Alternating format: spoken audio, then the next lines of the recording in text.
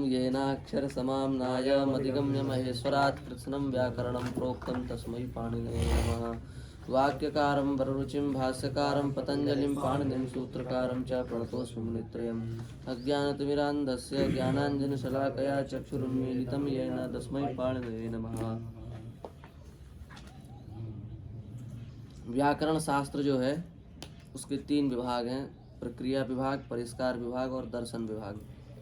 3 पक्ष हैं। एक पक्ष है प्रक्रिया पक्ष, दूसरा पक्ष है परिष्कार पक्ष और तीसरा पक्ष है दर्शन पक्ष। प्रक्रिया पक्ष जो है उसमें शब्द सिद्धि है, शब्दों की सिद्धि कैसे करें इसी का नाम है प्रक्रिया पक्ष। और परिष्कार पक्ष का मतलब ये होता है कि जो शब्द बना लिया हमने और जिन सूत्रों के द्वारा वो शब्द हमने बनाया है उस सूत्र का वास्तविक अर्थ क्या है, उस सूत्र का वो अर्थ कैसे बना, वो प्रयोग ऐसे कैसे बन गया, उस विषय में शास्त्रार्थ करना, यही है परिष्कार। और दर्शन जो है वो दर्शन माने ये होता है सीधा सीधा कि व्याकरण शास्त्र की जो एक प्रकार से रेखा है, रूपरेखा है। व्याकरण जो है वो शब्द के ऊपर टिका हुआ है, शाब्दिक शब्द शास्त्र है। व्याकरण शास्त्र जो है वो शब्द शास्त्र है, शब्दों पर अनुशासन करता है, शब्दों की सिद्धि करता है, शब्दों की व्युत्पत्तियाँ करता है। तो ऐसा जो व्याकरण शास्त्र है, जो शब्द शास्त्र है, वो शब्द शास्त्र जो व्याकरण शास्त्र है, वह शब्द क्या कैसा है, नित्य है कि अनित्य है, स्फोट रूप है कि कार्य रूप है, किस प्रकार का वो शब्द है, उस शब्द को लेकर के बहस शास्त्रार्थ एक प्रकार से उस शब्द को लेकर के अपने अपने अनुभव रखना, नैयायिक मीमांसक आदि और जो दार्शनिक है उनका खंडन करना, यही है दर्शन पक्ष। तो इस प्रकार से प्रक्रिया पक्ष, परिष्कार पक्ष और दर्शन पक्ष, इन 3 शास्त्रों में, इन 3 भागों में व्याकरण शास्त्र विभक्त हो गया। तो प्रक्रिया पक्ष में लघु सिद्धांत कौमुदी, व्याकरण सिद्धांत कौमुदी, ये हैं मध्य सिद्धांत कौमुदी हैं, अभी गोविंदाचार्य जी ने बना दी ऋजु सिद्धांत कौमुदी 600 सूत्रों वाली। ये सब प्रक्रिया पक्ष के ग्रंथ हैं। और परिष्कार पक्ष के ग्रंथ हैं परिभाषेन्दु शेखर, लघु शब्देन्दु शेखर, प्रणव मनोरमा, शब्दरत्न इत्यादि जो ग्रंथ हैं ये सब परिष्कार पक्ष के ग्रंथ हैं। और दर्शन पक्ष के ग्रंथ हैं वाक्यपदीयम, व्युत्पत्तिवाद, मंजूषा, ये सब जो ग्रंथ हैं, और वैयाकरण भूषण सार, ये सब जो ग्रंथ हैं ये परिदर्शन पक्ष के ग्रंथ हैं। तो प्रक्रिया पक्ष में केवल शब्द सिद्धि करना है। शब्दानाम अनादिकालात् सत्वात् शब्द ब्रह्मत्वात् च लक्ष्यम दृष्ट्वा लक्षणस्य कल्पना क्रियते, ये व्याकरण का सिद्धांत है। शब्दानाम अनादिकालात् सत्वात्, शब्द आज के नहीं है, शब्द अनादि हैं। इसलिए वाक्यपदीय में भर्तृहरि जी कह रहे हैं अनादि निधनम ब्रह्म शब्द तत्वम यदक्षरम विवर्ततेर्थ भावेन प्रक्रिया जगतो यतः। अनादि निधनम, आदिश्च निधनश्च आदि निधने, समझ रहे हैं ना, आदिश्च निधनश्च आदि निधने। अनादि निधनम ब्रह्म मतलब जिसका ना आदि है ना अंत है, ऐसे जो ब्रह्म है। कौन? शब्द तत्वम, शब्द ही वहाँ ब्रह्म बताए गए हैं, शब्द को ही ब्रह्म माना गया है। तो कहने का मतलब यह है कि भाई शब्द जो है वो अनादि कालात् सत्वात्, अनादि काल से चले आ रहे हैं। देखो वेद भी है तो वेद भगवान की श्वास बताई गई है ना, यस्य निश्वसितो वेदाः, इसकी श्वास ही प्रश्वास ही वेद है।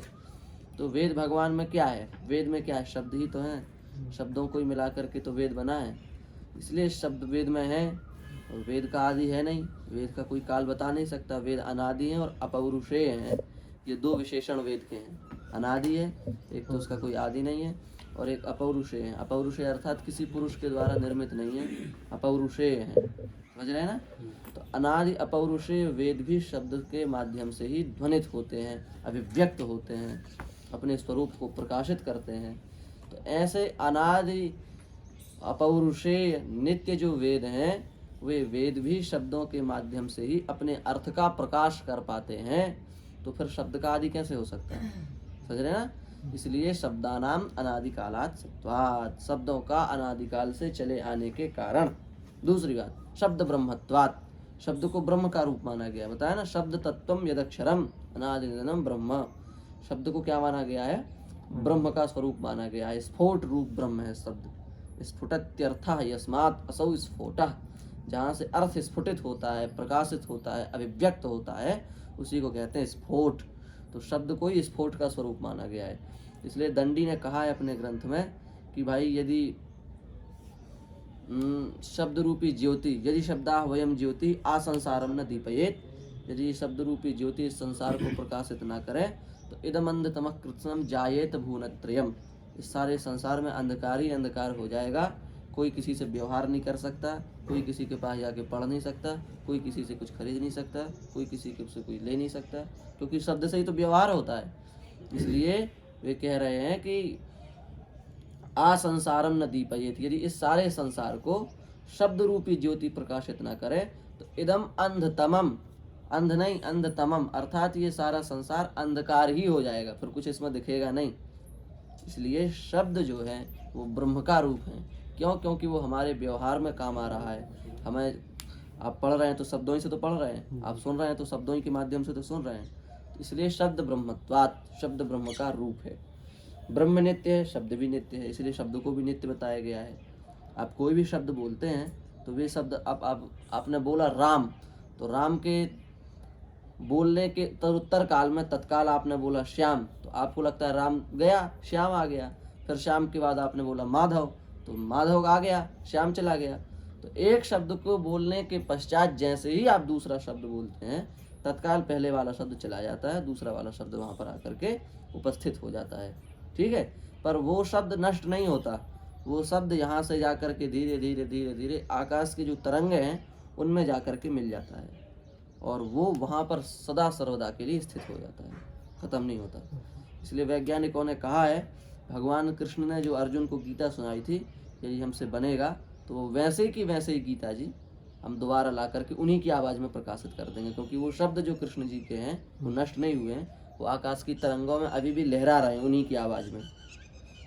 हाँ, तो वो प्रयास करेंगे, देखो शायद सफल भी हो जाए। तो कहने का मतलब ये है कि शब्द जो है वो नष्ट नहीं होता, नित्य है और अनादिकाल से चला आ रहा है और ब्रह्म का स्वरूप है। ठीक है, इसलिए लक्ष्यम दृष्ट्वा लक्षणस्य कल्पना क्रियते, ये सबसे मुख्य बात है। लक्ष्य को देख करके लक्षण की कल्पना हम लोग करते हैं।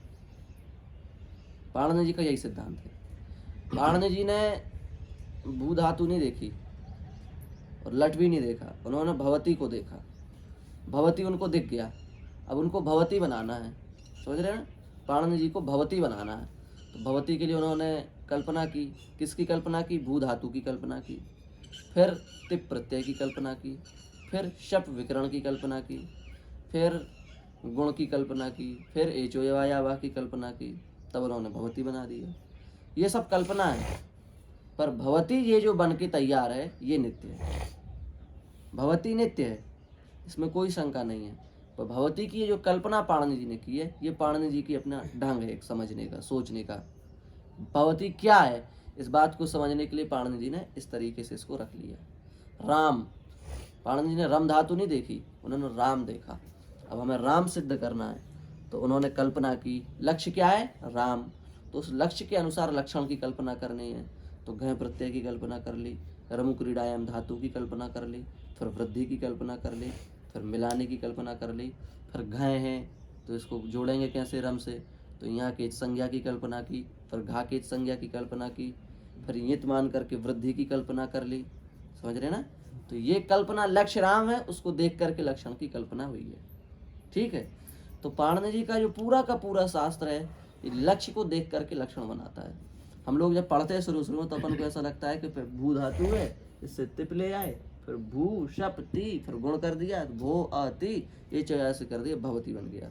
पाणिनि जी ने भू रखा, फिर भू से भवती बनाया, भवती बनाया। हम लोग ये कहते हैं ना, भवती तो था पहले से, बना कोई नहीं सकता। भवती तो करोड़ों साल पहले ही भी था और आज भी और आगे भी रहेगा। बस पाणिनि जी ने इसको व्याकृत कर दिया और आपको दिखा दिया कि भवती में ये भू है, ये ती है, ये शप है, बस इतना काम किया है और कुछ नहीं।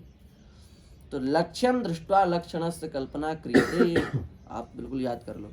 सब व्याकरण में क्या होता है, लक्ष्य को देख करके लक्षण की। अपन लोग लक्षणिक चक्षुष्क नहीं है, अपन लोग लक्ष्यिक चक्षुष्क हैं। ये भी हमने एक बार बताया था पहले। एक लक्षणिक चक्षुष्क होता है, एक लक्ष्यिक चक्षुष्क होता है। लक्षणिक चक्षुष्क माने सूत्र के अनुसार कार्य करना, सूत्र को लक्ष्य बनाना, और लक्ष्यिक चक्षुष्क होता है रूप को लक्ष्य बनाना। अपन लोग रूप को लक्ष्य बनाते हैं, सूत्र तो फिर उस रूप के अनुसार ही आते हैं।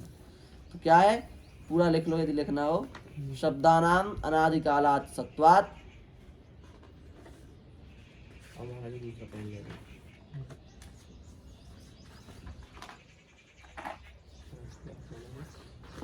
शब्दानाम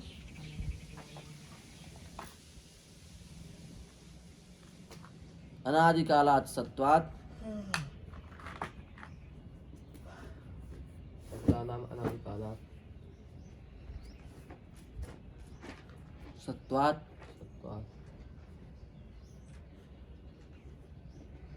शब्द ब्रह्मत्वात् च,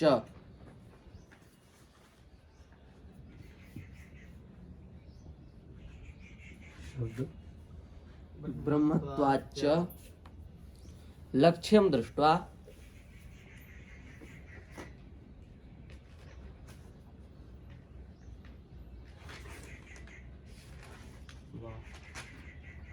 लक्ष्यं दृष्ट्वा लक्षणस्य कल्पना क्रियते। लक्ष्यं दृष्ट्वा लक्षणस्य कल्पना क्रियते।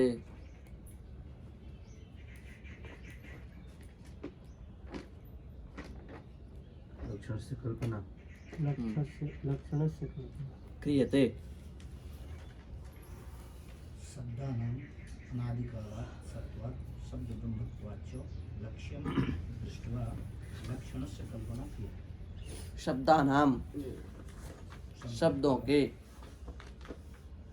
शब्दानाम शब्द शब्द है जिससे षष्ठी बहुवचन में शब्दानाम अर्थात शब्दों के,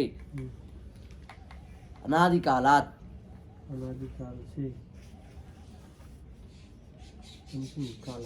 अनादिकालात् सत्वात्, अनादिकाल से चले आने के कारण,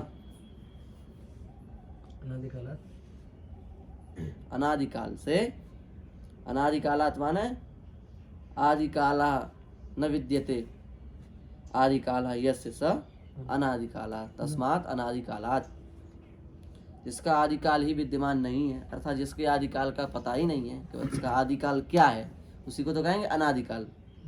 हाँ? न विद्यते आदिकाला यस्य स अनादिकालः। शब्दों के अनादिकाल से चले आने के कारण सबका आदिकाल होता है, पर वेद का और आदिकाल नहीं है। जितने भी बड़े से बड़े राजा हुए, चाहे वो राम जी हुए, चाहे वो ध्रुव जी हुए, चाहे प्रहलाद जी हुए, सबका आदिकाल है, सबका मिलता है, वेदों का नहीं मिलता है कि नहीं। तो अनादिकालात् सत्वात्, अनादिकाल से सत्वात् माने होने के कारण, अस्तीति सत्, तस्य भावा सत्वम, तस्मात् सत्वात्, समझ रहे हैं ना। जी जी अस्तीति सत्, जो विद्यमान हो उसको कहते हैं सत।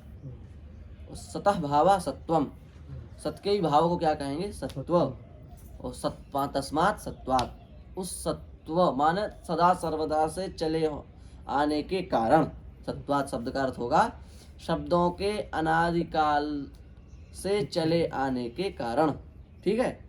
और आगे क्या है, शब्द ब्रह्मत्वात्, ब्रह्मैति ब्रह्म, शब्द एव ब्रह्मा, शब्द ब्रह्मा, तस्मात् शब्द ब्रह्मत्वात्, समझ रहे हैं। जी ब्रह्म शब्द का अर्थ क्या होता है, ब्रही वृद्धौ, बृहत्तम जो हो, जिससे बढ़कर के कोई हो ही ना संसार में, जो सारे संसार में व्याप्त हो, उसको कहा जाता है ब्रह्म। और शब्द ही ब्रह्म है, वो हो गए शब्द ब्रह्म, तस्मात् शब्द ब्रह्मात्। अर्थात इसका ये है कि जिस प्रकार से ब्रह्म सारे संसार में एक एक पदार्थ में व्याप्त है, उसी प्रकार से अनुविद्धमिव ज्ञानम सर्वम शब्देन भासते, वाक्य पदीयम में कह रहे हैं भर्तृहरि जी। अनुविद्धम इव ज्ञानम, जितना भी हमको थोड़ा बहुत संसार में ज्ञान होता है, वो सारा का सारा ज्ञान शब्द के साथ अनुविद्ध होकर के हमको पता चलता है। बिना शब्द के हमको ज्ञान का अनुभव हो ही नहीं सकता। किसी को थोड़ा से थोड़ा भी यदि ज्ञान है तो वो भी किसी न किसी शब्द के माध्यम से है, और किसी को बृहत्तर ब्रह्म के समान यदि व्यापक ज्ञान है तो वो भी शब्द के कारण ही है, इसलिए शब्द ब्रह्म है। समझ में आया, शब्द को ब्रह्म क्यों बताया गया। शब्द को ब्रह्म बताने में हेतु ये है कि जिस प्रकार से ब्रह्म ब्रह्मैति ब्रह्म ब्रह्म वृद्धव बृहत्तम ब्रह्म होता है, सारे संसार में व्याप्त होता है, उसी प्रकार से सारा संसार का जितना भी ज्ञान है वो शब्दों में व्याप्त है, एक एक शब्द की एक एक नस में घुसा हुआ है। इसलिए जिस प्रकार से ब्रह्म संसार में व्याप्त है उसी प्रकार से शब्द भी सारे संसार में व्याप्त है। तद्वत होने के कारण शब्द एव ब्रह्मा, शब्द ब्रह्मा तस्मात् शब्द ब्रह्मात्, इसलिए शब्द को ब्रह्म कहा गया। ये नहीं है कि ब्रह्म के जो लक्षण है ऐश्वर्य से समग्रस्य धर्म से सश्रिया वो शब्द में घटते हैं इसलिए ब्रह्म कहा जा रहा है, ऐसी बात नहीं है। ब्रह्म कहने का हेतु यहाँ ये है, विभू होने के हाँ, विभू होने के कारण, व्यापक होने के कारण, अर्थ ज्ञान का माध्यम होने के कारण, शब्द के ब्रह्म स्वरूप होने से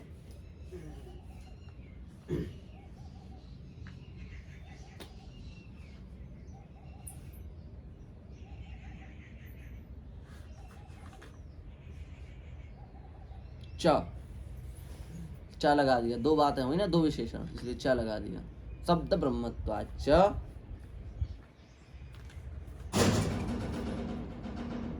लक्ष्यम दृष्ट्वा, लक्ष्य को देख करके, दृष्ट्वा शब्द के ब्रह्म होने से लक्ष्यम दृष्ट्वा, लक्ष्य को देखकर, लक्ष्य को देख करके, लक्ष्य क्या है? राम भवति गच्छति हसति कृष्ण है, ये सब लक्ष्य है। लक्षण की कल्पना करते हैं। लक्षणस्य कल्पना क्रियते, लक्षण की कल्पना की जाती है। लक्षण की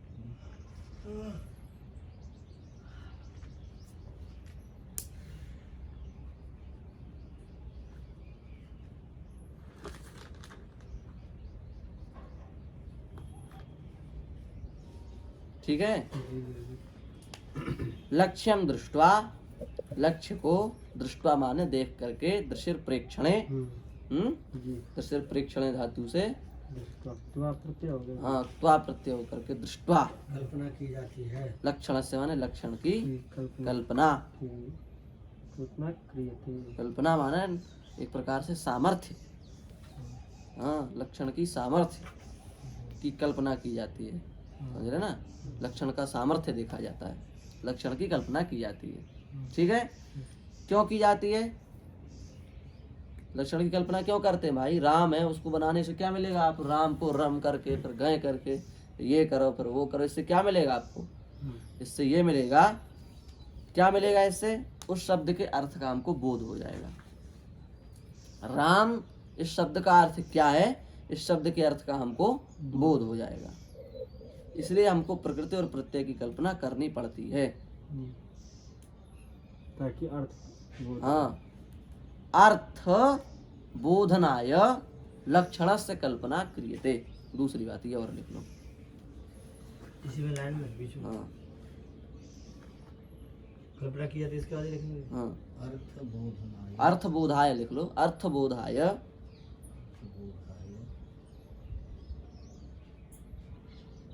लक्षण से कल्पना क्रियते। नहीं, ऐसे लिख लो, अर्थ बोधाय व्याकरण शास्त्रे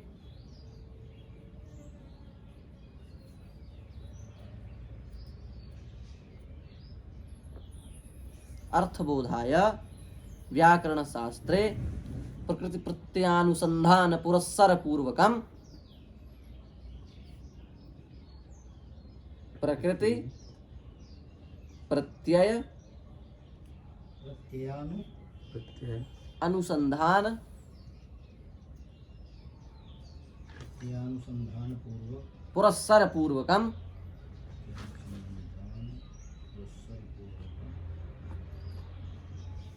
लक्षणस्य कल्पना क्रियते। अनुसंधान पूर्वकम पूर्वकम लक्षणस्य कल्पना क्रियते। प्रत्यानुसंधान पुरस्सर पूर्वकम पुरस्सर पूर्वकम अनुसंधान का क्या है? अनुसंधान पुरस्सर पूर्वकम। अच्छा, पुरस्सर पूर्वकम। पुरस्सर सबका ही छूट गया, आपने महाराज जी ने भी बीच में छोड़ दिया था ना लिखना, उनका भी छूट गया निकाल। अर्थबोधाय व्याकरण अर्थबोधाय व्याकरण शास्त्रे प्रकृति प्रत्यय विभाग पुरस्सर पूर्वकम विभाग अनुसंधान पुरस्सर पूर्वक प्रकृति प्रत्यानुसंधान पुरस्सर पूर्वकम व्याकरण क्या पुरस्य पूर्वकम प्रकृति क्या अर्थबोधाय व्याकरण प्रत्यानुसंधान पूर्वकम लक्षणस्य कल्पना क्रियते। आपको तितवार वाला को नया निकल जाएगा।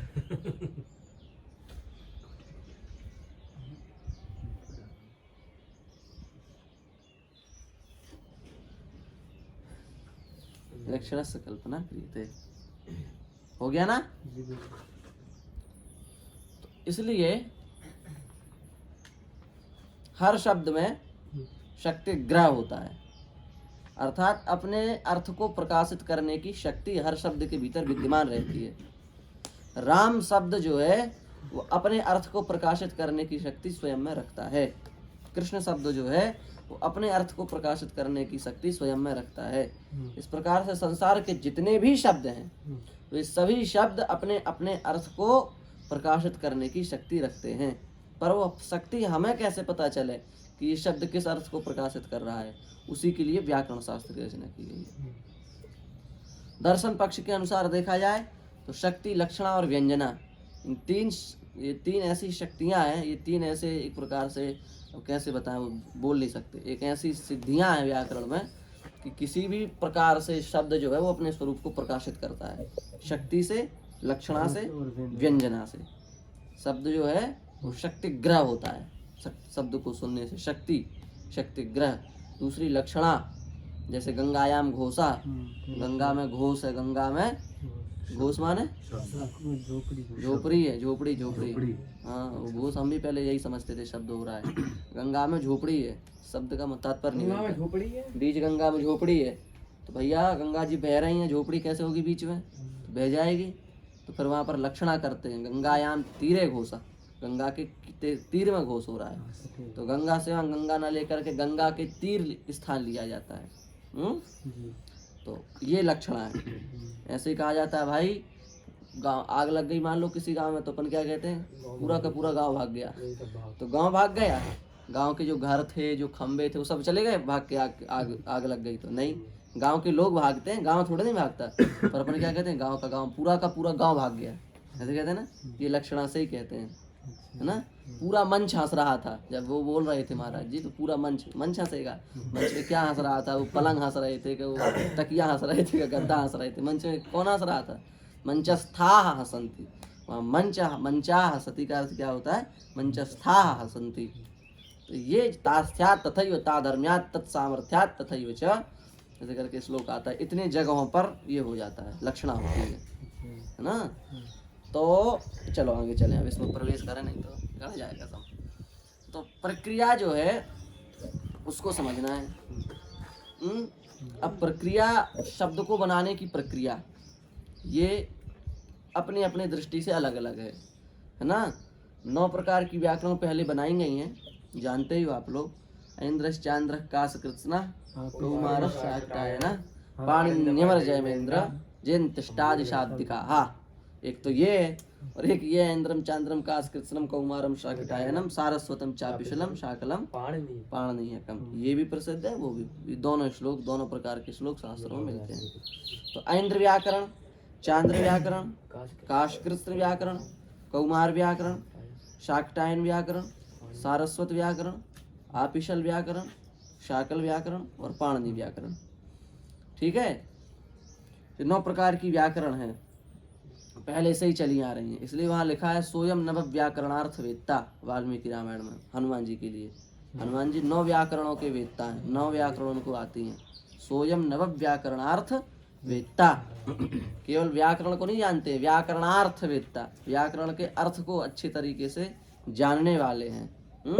व्याकरण से अर्थ, व्याकरणार्थ, और व्याकरणार्थम वेत्तीति व्याकरण वेत्ता, व्याकरणार्थ वेत्ता, समझ रहे हैं। तो उनके बारे में ऐसा कहा गया है कि उन्होंने 9 व्याकरण का अध्ययन किया। इससे भी पता लगता है कि पहले 9 व्याकरण थे। मुझे पाणिनि व्याकरण थोड़ी ना होगा उसका। पाणिनि व्याकरण नहीं होगा। पाणिनि व्याकरण भी था, नहीं था? तभी तो 9 तो अभी तो होता है, नहीं तो 8 ही होना चाहिए 9 करने के लिए।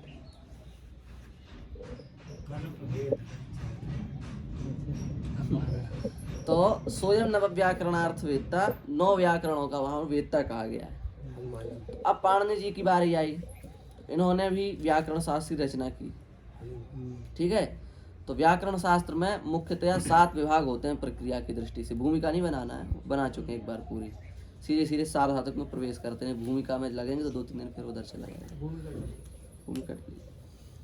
तो पाणिनि जी ने प्रक्रिया के मुख्यतया 7 विभाग किए हैं। एक प्रक्रिया है तिंग प्रक्रिया, दूसरी प्रक्रिया है कृत प्रक्रिया, तीसरी प्रक्रिया है कारक प्रक्रिया, समास प्रक्रिया, तद्धित प्रक्रिया, स्वर प्रक्रिया। ठीक है, वैदिकी नाम की प्रक्रिया की कोई जरूरत नहीं है। वैदिक जो है पहले भी बता चुके हैं, ये लौकिका त एव वैदिका, जो लौकिक हैं वे ही वैदिक हैं। वैदिक शब्द अलग से नहीं आते हैं, बस कुछ विशेष शब्द हैं जो केवल वैदिक हैं, वे लौकिक नहीं। बाकी जो लौकिक हैं वे सब के सब वैदिक ही हैं।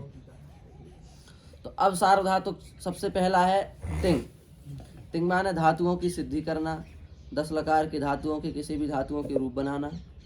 10 लकार में 1930 धातुएं हैं, उन धातुओं के किसी भी लकार का रूप बनाना, इसी का नाम है तिंग। इसको समझना है। तो 10 लकार हैं, हर लकार के 18-18 प्रत्यय हैं। किसी किसी लकार में 18 से ज़्यादा भी प्रत्यय बन जाते हैं। आर्धातुक में तो लगभग हर लकार के 36 बनते हैं प्रत्यय।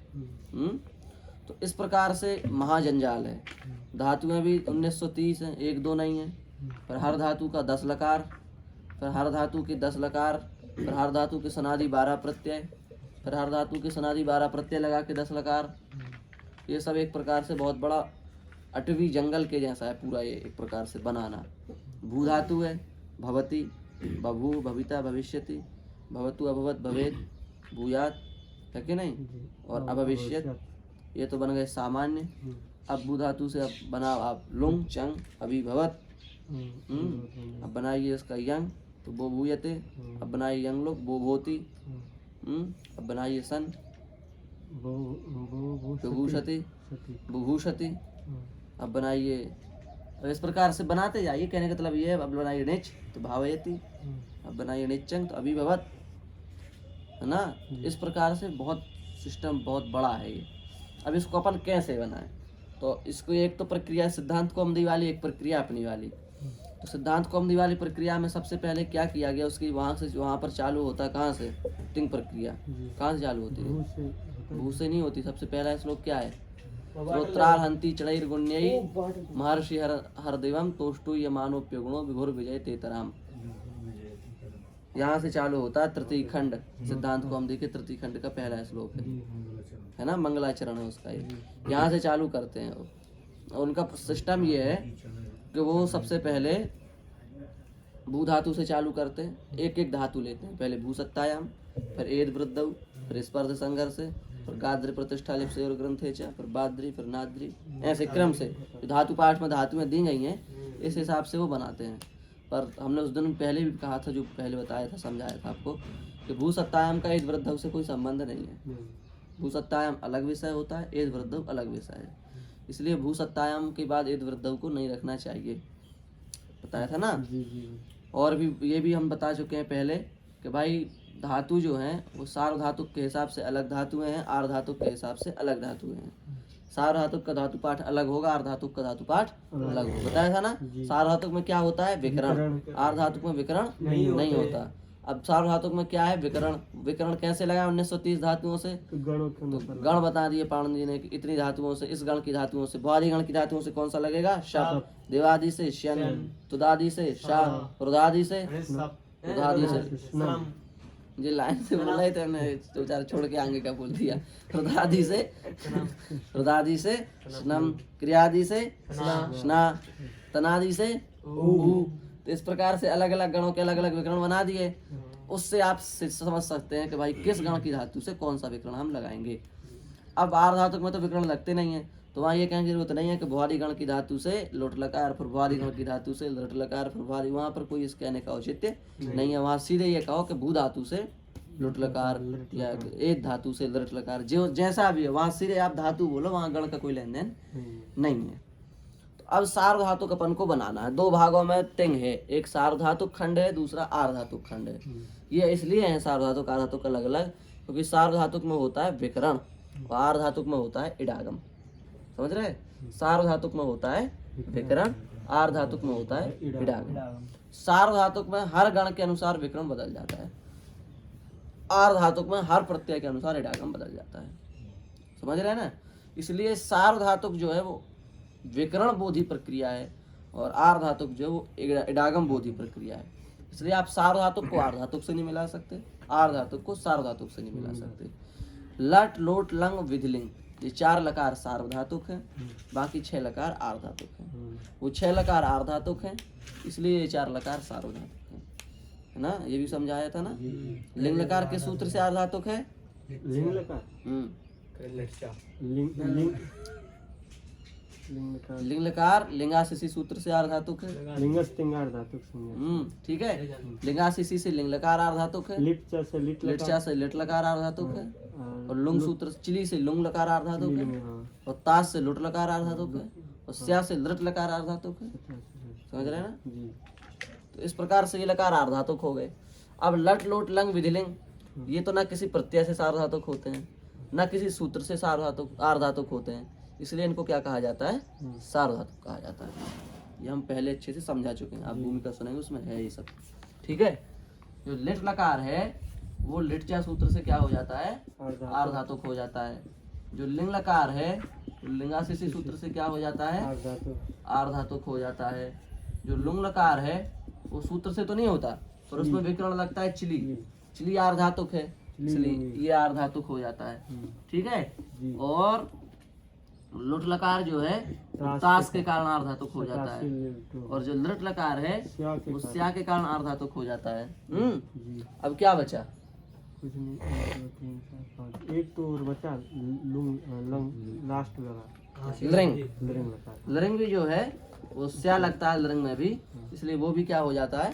आर्धातुक हो जाता है। तो ये जो लकार हैं इनमें से 2 लकार तो सूत्रों के कारण आर्धातुक होते हैं और शेष 4 लकार प्रत्ययों के कारण आर्धातुक होते हैं। ठीक है। अब जो इससे बच कौन गए? लट, लोट, लोट, लंग, लंग विधिलिंग और विधिलिंग। ये 4 ना तो सूत्रों से आर्धातुक होते हैं, ना किसी प्रत्यय अथवा विकरण के कारण आर्धातुक होते हैं, इसलिए ये 4 लकार क्या है? सार्वधातुक। इसमें विकरण है।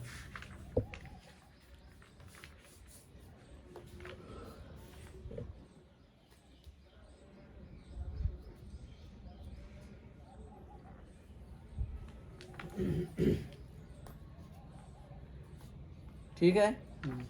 अब ये 4 लकार क्या हो गए? सार्वधातुक हो गए। वो 6 लकार क्या हो गए? आर्धातुक हो गए। तो अब एक प्रक्रिया है ये, एक प्रक्रिया है ये, एक प्रक्रिया है इनको बनाने की, एक प्रक्रिया है इनको बनाने की। अब आप बताओ, लट के बाद लिट बनाना मूर्खता ही तो हुई। लट के बाद लिट क्यों बनाना? पागलपन ही तो हुआ। लट सार्वधातुक है, लिट आर्धातुक है, सीधा सीधा अंतर है आकाश पाताल का। ठीक है ना? इसलिए अपन लट के बाद लिट ना बना के क्या बनाते हैं? लोट, क्योंकि लट लोट क्या है? सार्वधातुक है। लोट के बाद क्या बनाते हैं? लंग, क्योंकि लंग क्या है? सार्वधातुक है। लंग के बाद क्या बनाते हैं? विधिलिंग, क्योंकि विधिलिंग क्या है? सार्वधातुक है। फिर अपन चालू करते हैं ऐसे लोट, लृट, लृंग, लिट, ये सब बना लेते हैं फिर। ठीक है।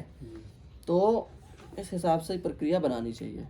तो लट के बाद लोट, लोट के बाद लंग, लंग के बाद विधिलिंग, इस प्रकार से 4 लकार ये हुए, 6 लकार वो हुए।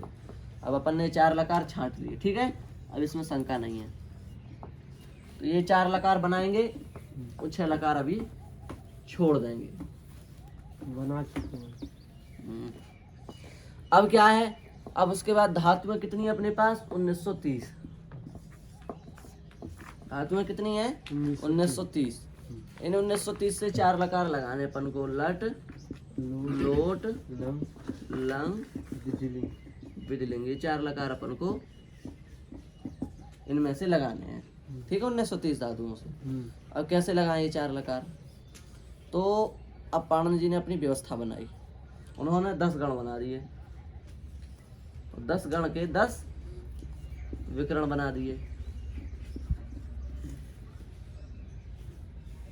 सार्वधातुक की आपको एक मुख्य बात बताते हैं। धातु जो है वो सीधे प्रत्यय को नहीं देख पाता। धातु की भेंट प्रत्यय से होती नहीं है सार्वधातुक में। धातु की भेंट होती है विकर्ण करण से, से और विकर्ण की भेंट होती है प्रत्यय से। धातु की प्रत्यय से सीधे पहचान होती नहीं है। इसलिए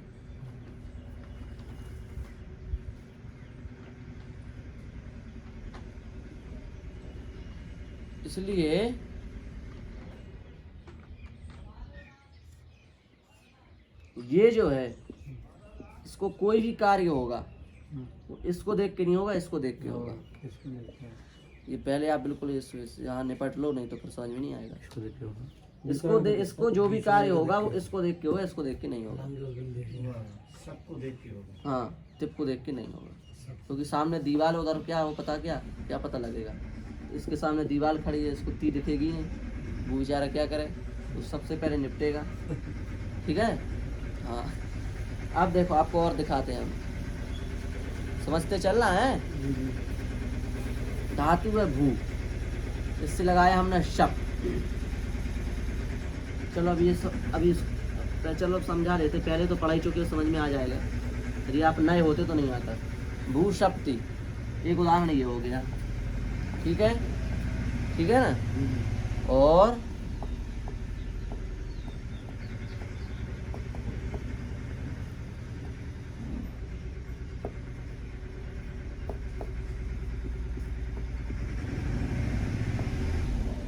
ये सही, ये ट्रैक्टर वाला और आगे हल्ला कर रहा है काम पे।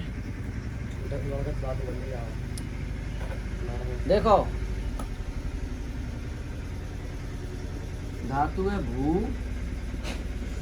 शप ती, एक धातु है तन उ ती।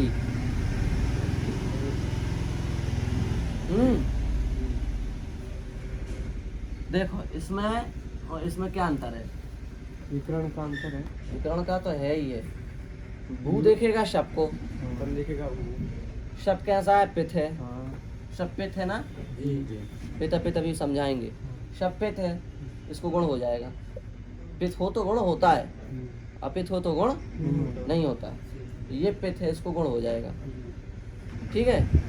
अब इसने देखा इसको, तो ये पित नहीं है, इसलिए इसको गुण नहीं होगा। इसने देखा इसको, ये पित है, तो इसको गुण हो जाएगा। ठीक है। चलो इसको छोड़ो दो, अभी इसको बाद में देखेंगे। ठीक है। अभी इससे पहले एक चीज और पढ़ लो, इससे आपको पित अपित का चक्कर समझ में आ जाए। देखो आप लिखते चलना। धातु है ना, सबसे पहले लिखो प्रकृति दो प्रकार की होती है। यहीं से चालू होते ना अपन। जी जी जी।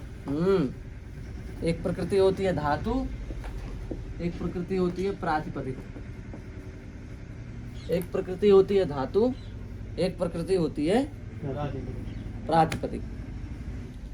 धातु से कितने प्रकार के प्रत्यय लगते हैं? दो प्रकार के, तीन प्रकार के। तिंग और कृत। और प्रातिपदिकों से कितने प्रकार के प्रत्यय लगते हैं? तीन प्रकार के, तद्धित, स्त्री सुप स्त्री और सुप। तद्धित। बिल्कुल आप ये चार्ट ऐसे रट लेना उदित जी, जी एक अक्षर भी आगे पीछे ना हो इसमें है। सुप स्त्री तद्धित। तिंग कृत सुप स्त्री तद्धित। तिंग कितने हैं? हमने सबका ब्यौरा निकाल के दिया था। तिंग कितने हैं? 72। जी। कुल मिला के कितने हैं तिंग? हमने लिखवाए थे 92 लिखवाए थे। वाह। कृत कितने लिखाए? 121। 121। सही कह रहे हैं, 121। और सुप कितने लिखाए हैं? सुप है गुरु जी, तो वो तो 21 है। 21। स्त्री स्त्री गुरु जी 7। 7। तद्धित 282। और तिंग का भी हमको ध्यान नहीं, हमने लिखवाया था 100 ऐसे कुछ संख्या में थे। पर मुख्य यदि देखे जाए सार्वधातुक में 74 है, सार्वधातुक में केवल है। तो ये इतना हो गया। ठीक है। अब तिंग जो है वो दो प्रकार का होता है। एक तो तिंग होता है सार्वधातुक, दूसरा तिंग होता है आर्धातुक। क्या 282 हो गए? हाँ, सार्वधातुक आर्धातुक।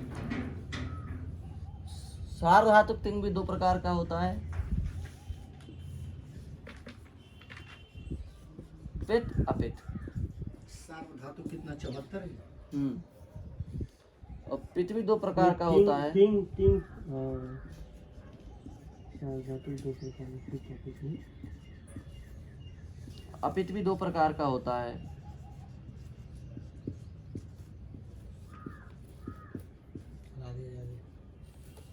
आजादी हला दी है। ये चार्ट बना लो पहले तो आप। पित्त भी दो प्रकार का होता है, जाति अलग। अपित्त भी दो प्रकार का होता है, आजादी हला दी। ठीक। अब देखो, अब हम आपको एक चीज और लिख के देते हैं अभी।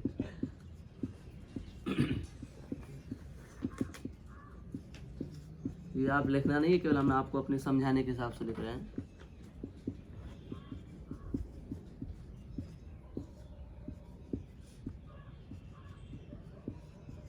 ये प्रत्यय लिख रहे हैं हम 4 लकार के हैं।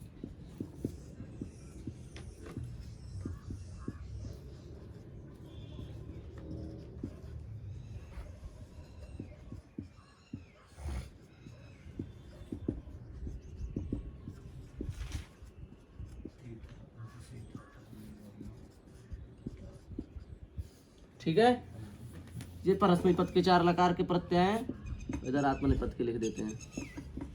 ते ते अंते से थे द्वे ये वहे महे ताम इताम अंताम ताम इताम अंताम स्व इताम ध्वम स्वाइथाम ध्वम आई आवाहे हैं। आई आवाहे आमहे। ये बने बनाए रेडीमेड प्रत्यय है, इनमें कोई संशोधन नहीं होगा। ये आप डायरेक्ट धातुओं से जोड़िए और आप बनाते जाइए। नहीं तता मन आवाहे। नहीं नहीं महाराज जी, हाँ आप सो गए क्या? हाँ ताम अंता थाई ताम ध्वम आत्मनेपद ई वही मही। ईत ईत ईत ईयाताम ईरन ईठाह ईयाताम ईध्वम। प्रत्यय तो ऐसे याद है कि सोते में नहीं भूले। ये तो आपको सेकंड के हिसाब से याद है ना, हाँ 12 सेकंड। हिया ई वही। ये आप हमसे सो के उठा के पूछोगे 12 सेकंड में सुना देंगे, फिर सो जाएंगे। 13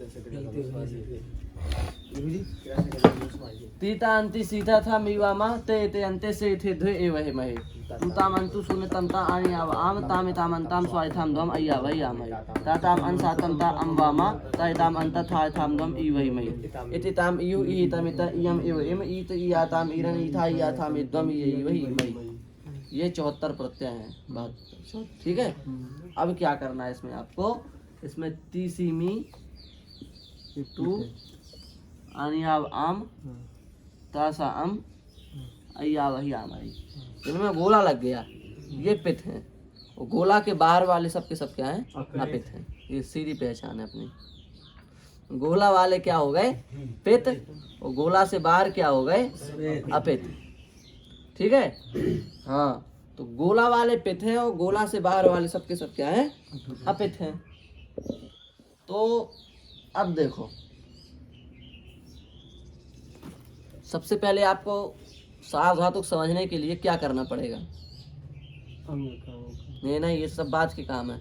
सबसे पहले आपको करनी पड़ेगी प्रत्यय की पहचान। ये हमने पहले भी बहुत जोर दिया था इस चीज पे। हमने प्रत्यय की पहचान। 10-20 हजार गाय हो, बताया था ना, वो बछड़ा हो तो 10-20 हजार गायों में अपनी माँ को पहचान लेता है और जा करके दूध पीने लगेगा। समझ रहे हो ना? ऐसे ही सभी प्रत्ययों में आप अपने प्रत्यय को पहचान लो कि हमारा कौन सा प्रत्यय है। बस फिर वो आपको दूध देगा, उससे जोड़ोगे ना आप तो शब्द सिद्ध कर देगा। यही तो दूध देना है उसका।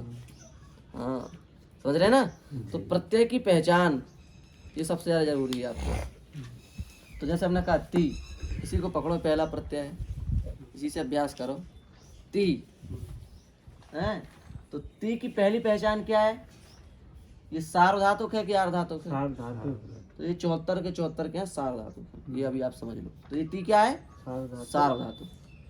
अब इसकी तत्काल दूसरी पहचान क्या है? पित्त है कि अपित्त? पित्त है। तो गोला है, गोला के अंदर है, इसका मतलब क्या है? सार्वधातुक पित्त। पित्त है। फिर इसकी तीसरी पहचान क्या है? आजादी है कि हलादी है? तो हलादी है। हल से चाल, व्यंजन से चाल हो रहा ना ती, तो हलादी है। तो इस ती की तीन पहचानें हुई, सार्वधातुक, पित, हलादी। पर इसको बोलेंगे उल्टा, हलादी पित सार्वधातुक। समझ रहे ना? अब हमने कहा अंतु, ये प्रत्यय कैसा है? पहले नंबर ये सार्वधातुक है, दूसरे नंबर ये अपित है, पित नहीं है, गोला के अंदर नहीं है ना, अपित है। तीसरे नंबर ये आजादी है कि हलादी? आजादी। तो अब इस अंतु की पहचान क्या हुई? आजादी अपित सार्वधातुक, आजादी अपित सार्वधातुक। ये बिल्कुल ऐसे हो जाए पाने। ही बोलिए जल्दी जल्दी जल्दी। ही हलादी अपित सार्वधातुक। ती हलादी पित सार्वधातुक। आनी आनी हलादी आजादी पित सार्वधातुक। आई आजादी पित सार्वधातुक। ई आजादी पित सार्वधातुक। हैं? आजादी पित सार्वधातुक। आई आई पिते आई पित हो तो जाएगा। क्या है बोलिए ना? आजादी पित सार्वधातुक। और ई ई अपित हो जाएगा, आजादी अपित सार्वधातुक। और आनी आनी ये भी आजादी पित सार्वधातुक। इत इत हो जाएगा, ये आजादी अपित सार्वधातुक। हलादी नहीं, आजादी। चूकना नहीं है बिल्कुल। इनका अभ्यास यदि आपको हो गया तो फिर इसी से काम बनेगा अपना। ठीक है?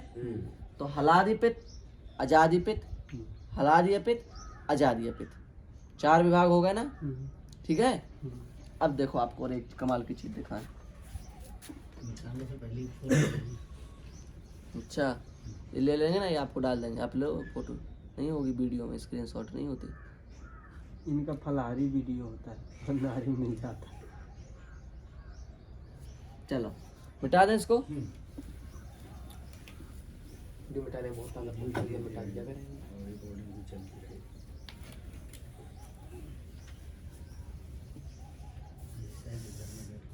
तो देखो, एक हुआ सार्वधातुक, इसमें कितना हुआ? पित और अपित। उधर क्या था? आर्धातुक।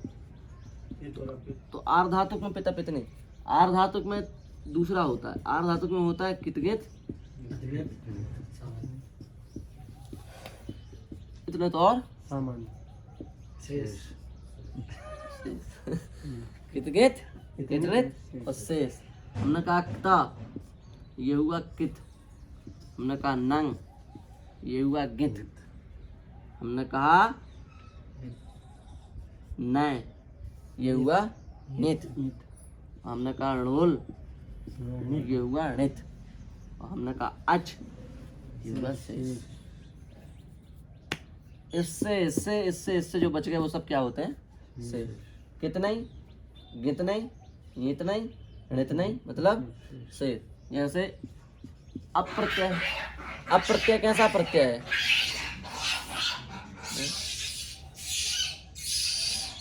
अप्रत्यय कैसा प्रत्यय है? अप ठीक है, नहीं, लेकिन सामान्य शेष आ जाएगा। शेष है। कैसा है? शेष। पितवित क्या है ना इसको? आर्धातुक में पितवित का कोई काम नहीं है, रमेश भगाओ इनको। देखना कर लेंगे।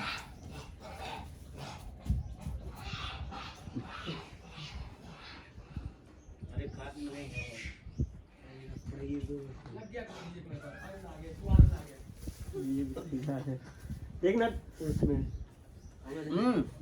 तो देखो देखो सर, अब देखो, जो कार्य पित्त को होगा वही कार्य इसमें शेष को होगा। आर्धातुक में जो कार्य सार्वधातुक में पित्त को होगा वही कार्य आर्धातुक में शेष को होगा। जो कार्य सार्वधातुक में अपित्त को होगा वही कार्य आर्धातुक में कितगित को होगा। ठीक है? और ये तो नहीं, तो अपना अलग रहेगा ये सबसे। तो कुल मिला के सार्वधातुक आर्धातुक में कितने विभाग बन गए? 3। एक तो बना पित्त का और शेष का, दूसरा बना अपित्त का और कितगित का, और तीसरा किसका बन गया? निरस्त का। 3 विभाग बन गए। ठीक है? अब देखो, देखते चलना आप, आनंद है। पित्त में सामान्यतया गुण होगा, अपित्त में सामान्यतया गुण नहीं होगा। और बस सार्वधातुक में 2 ही चीजें हैं। इतनित वगैरह छोड़ दो, पित्त और अपित्त को पकड़ो केवल। पित्त में क्या होगा? गुण होगा। गुण होगा। अपित में गुण नहीं होगा, पर 12 कार्य होंगे अपित में। इन्हीं 12 कार्यों का नाम है अंग कार्य। अब आप बताइए, ये जो अंग कार्य है ये आप ठीक तरीके से कब लगा सकते हैं? जब आपको पित्त अपित्त की ठीक से पहचान होगी, है कि नहीं? जी। हाँ, चेस खेला है, जानते हो? उसमें चालें होती हैं, एक चाल बढ़ा दो, 2.5 चलेगा, ये 2.5 कदम चलेगा, ये 1.5 चलेगा, ऐसा होता है ना कुछ कुछ। हाँ, तो ऐसा ही अंगकार में होता है, इसमें भी ऐसा ही होता है। यदि प्रत्यय आजादी है तो 1 कदम और चलना पड़ेगा, प्रत्यय हलादी है तो केवल 1 कदम चलना पड़ेगा, और प्रत्यय आजादी है तो 2 कदम चलना पड़ेगा। हाँ, आपको लगता होगा। जैसे देखो, यो और आनी, और यो और ती। तो मूल देखो तो धातु है यू, तो यो ती और यो आनी, दोनों हो गए ना। अब प्रत्यय कैसा है? हलादी पित है, तो 1 कदम चलो, गुण कर दो, यो ती बन गया। पर ऊपर वाला प्रत्यय कैसा है? आजादी है, तो 2 कदम चलो, गुण करके एचो यवा लगा दो, तो यो यवानी। नहीं है समझ में? प्रत्यय हलादी है तो 1 कदम चलिए, प्रत्यय आजादी है 2 कदम चलिए, और प्रत्यय पित ही नहीं है, अपित है, तो वहीं बैठी रहिए, आगे शत्रु खतरा है, चुप, बस बन गया रूप हमारा। ठीक है? जैसे क्या है भाई? जैसे यो तह, तो तह पित नहीं है, तह कैसा है? अपित है, तो 1 भी कदम नहीं चलना है, यही रुक जाओ, यो तह, वो बन गया, बन गया। आप यंगलोक के पंडित जी हो गए। हाँ, अब आप आपसे बनवाएं हम, अभी आप बना लोगे। बनाइए। लोलू ती, लोलू आनी, लोलू था, क्या बनेगा तीनों का रूप? लोलोती, लोलवानी, लोलो था। गलती प्रत्यय की पहचान में गलती, अंगकार में गलती, मिस्टेक, चेक हो गया आप तत्काल। लोलू था, गुण कैसे हो जाएगा? थस बस नहीं, ये मत देखा करो, अपित है बस। थस है, थस क्या है? अपित है बस, इतना। ये था है माना ये अपित है, और कैसा अपित है? हलादी अपित है, पूरा बोला करो, आधा अपित बस भी नहीं। ये हलादी अपित है, इसकी चाल नहीं चलेगी। ये आजादी पित है, 2 कदम चलेगा। ये हलादी पित है, 1 कदम चलेगा। बस 3 चीजें रट लो, हलादी पित 1 कदम, आजादी पित 2 कदम, और हलादी अपित 1 भी कदम नहीं, बैठेगा। लॉकडाउन। ठीक है? इस प्रकार से करना है।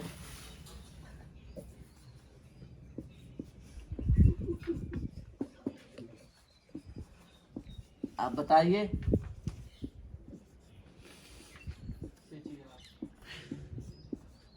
क्या बनेगा तीनों में?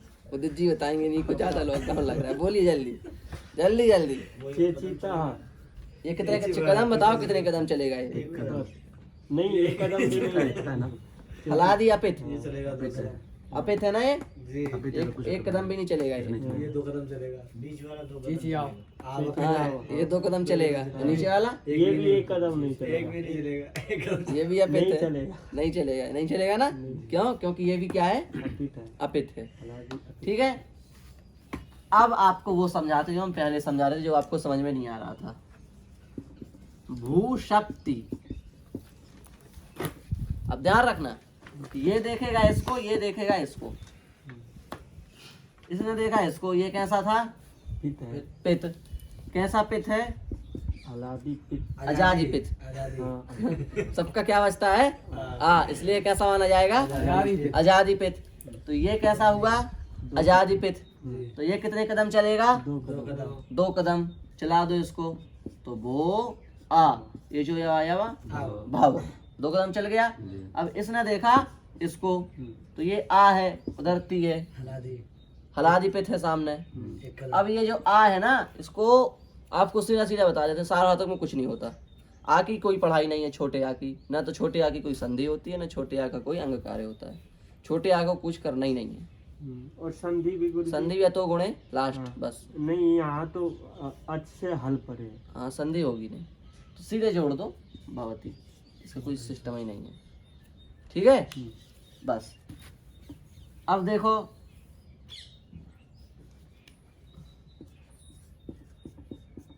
इसको छोड़ो, इसमें लफड़ा आ जाएगा। तन ऊती, तन ऊ ती और ची नु ती। ध्यान से देखते चलना आप हैं। ची नु ती, अभी हमको उदाहरण बहुत दिन से पढ़ाया नहीं ना, साल भर हो गया तो ध्यान नहीं आ रहा है तत्काल, नहीं तो इतने में तुम लिख देते हो, उस समय तो लिख देते थे। तन ऊती ची नु ती और ची नु ताहा। एक यहाँ और एक धातु चाहिए यार, चलो छोड़ो अभी इसी को देखो। तन ऊती, अब ये देखेगा इसको, ये देखेगा इसको, इसको तो गुण हो नहीं सकता क्योंकि हमने क्या बताया, आ की कोई आ को कुछ होता नहीं सारा तो इसको तो छोड़ो, इधर खत्म काम। अब ये देखेगा इसको, इसने सामने क्या देखा, पित, तो कैसा पित, हलादि पित, तो ये कितने कदम चल जाएगा, एक कदम, तो क्या बन जाएगा, तन ओ ती, मिला दो बन गया। इसका तो काम हो गया। अब इसको देखो, इसने देखा इसको, इसने देखा इसको, ये अपित फंस गया, ये अपित है ना, हाँ ये अपित है। अब पिता पिता भी सही समझ में नहीं आए क्या, अभी नहीं पढ़े है ना, याद नहीं है ना वो। अभी आपको हम 90 सालों तक लिखा देंगे जाने से पहले, वो आप याद कर लेना। उतने ही पित हैं बस, बाकी सब अपित है। तो नू जो है ये कैसा है, अपित है, हलादी अपित, हलादी अपित अपित है, तो ये कितने कदम चलेगा, नहीं चलेगा। हलादी अपित में एक भी कदम नहीं चलेगा, नहीं चलेगा ना प्रशांत। और ये देखेगा किसको, इसको, तो ये कैसा है, ये हलादी पित, तो ये कितने कदम चलेगा, एक कदम। चला दो इसको, बन गया, बन गया ना। ये क्यों नहीं चला एक भी कदम, क्योंकि सामने अपित था।